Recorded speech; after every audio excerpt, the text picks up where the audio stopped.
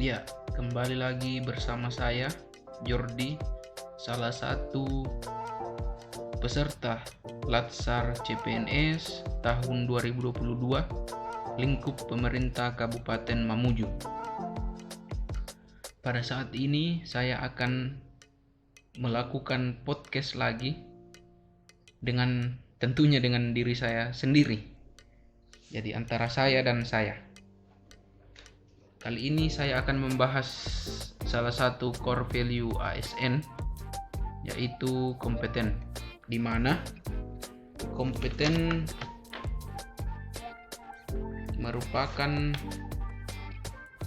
salah satu core value merupakan salah satu dari 7 core value ASN yang kami ingin terapkan dalam latsar kami dengan tajuk berakhlak.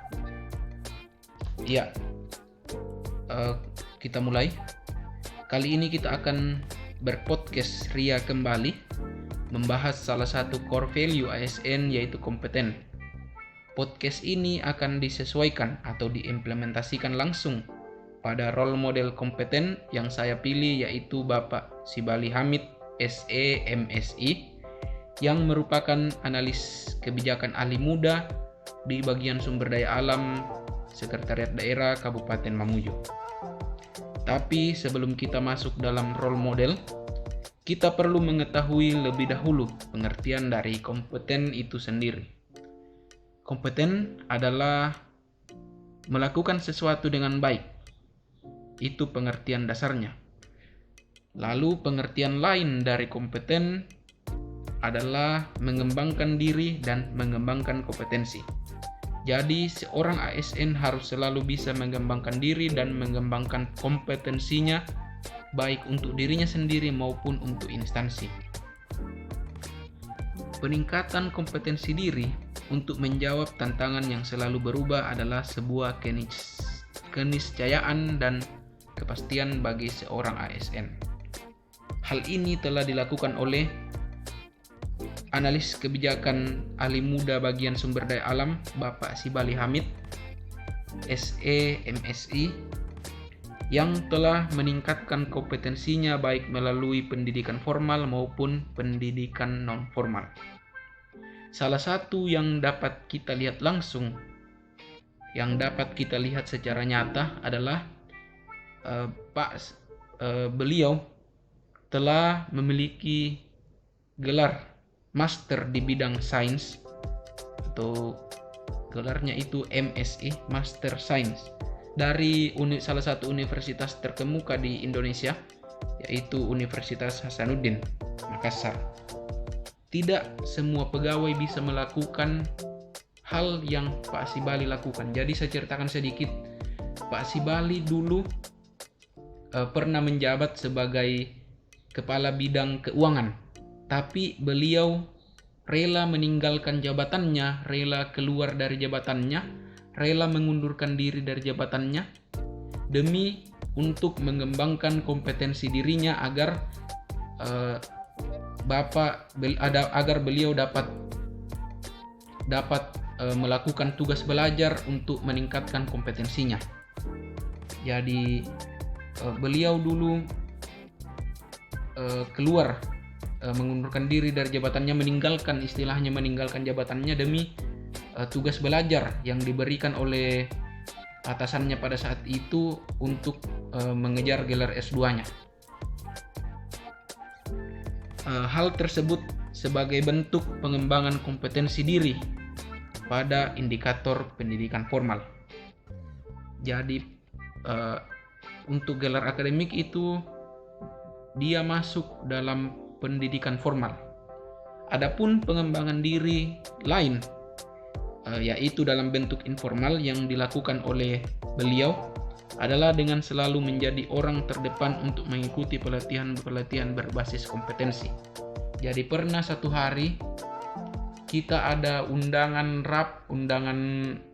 untuk mengikuti pelatihan.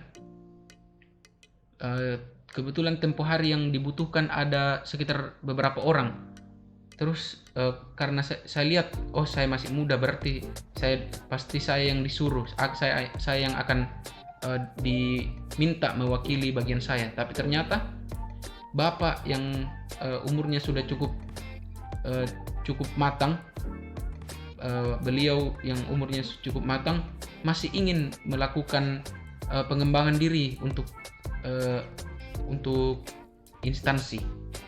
Jadi saya bisa melihat bahwa beliau memang ingin meningkatkan kompetensinya agar dapat dipergunakan lebih baik oleh instansi.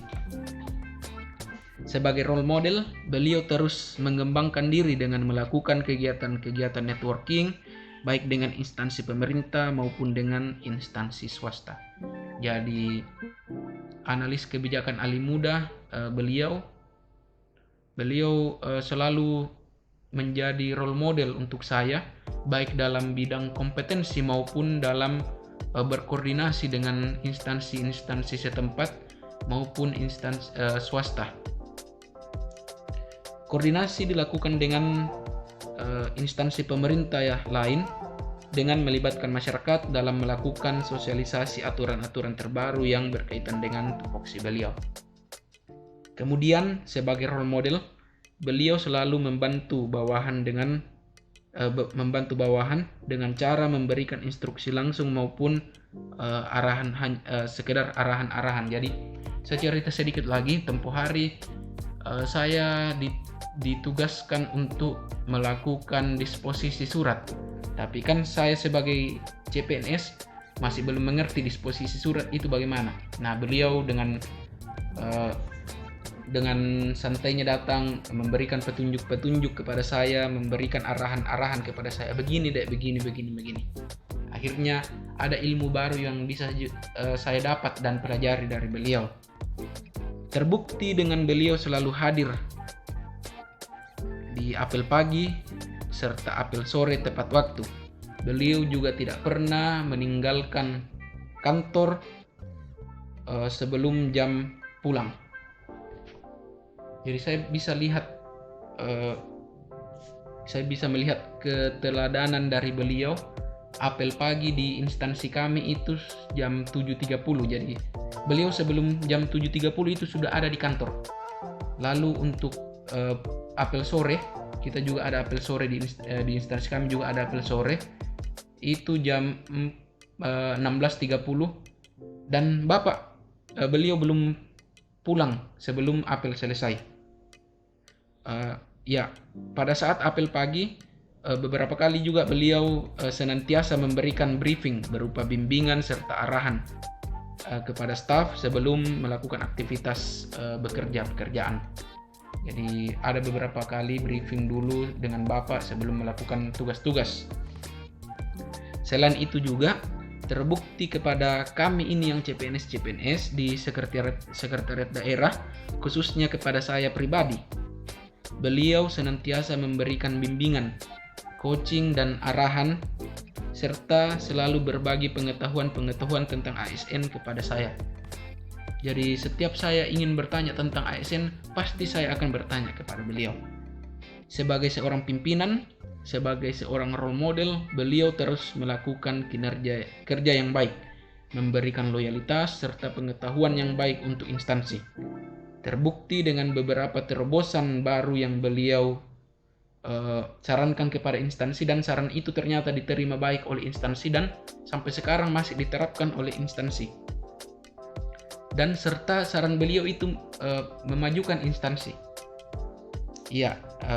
Mungkin cerita saya, curhat saya, podcast saya sudah cukuplah sampai di sini. Sebagai penutup, saya ingin mengucapkan terima kasih yang sangat besar kepada beliau atas jasa beliau kepada negara, kepada pemerintah daerah, kepada instansi, dan kepada kami peserta Latsar CPNS tahun 2022. Terima kasih, Pak.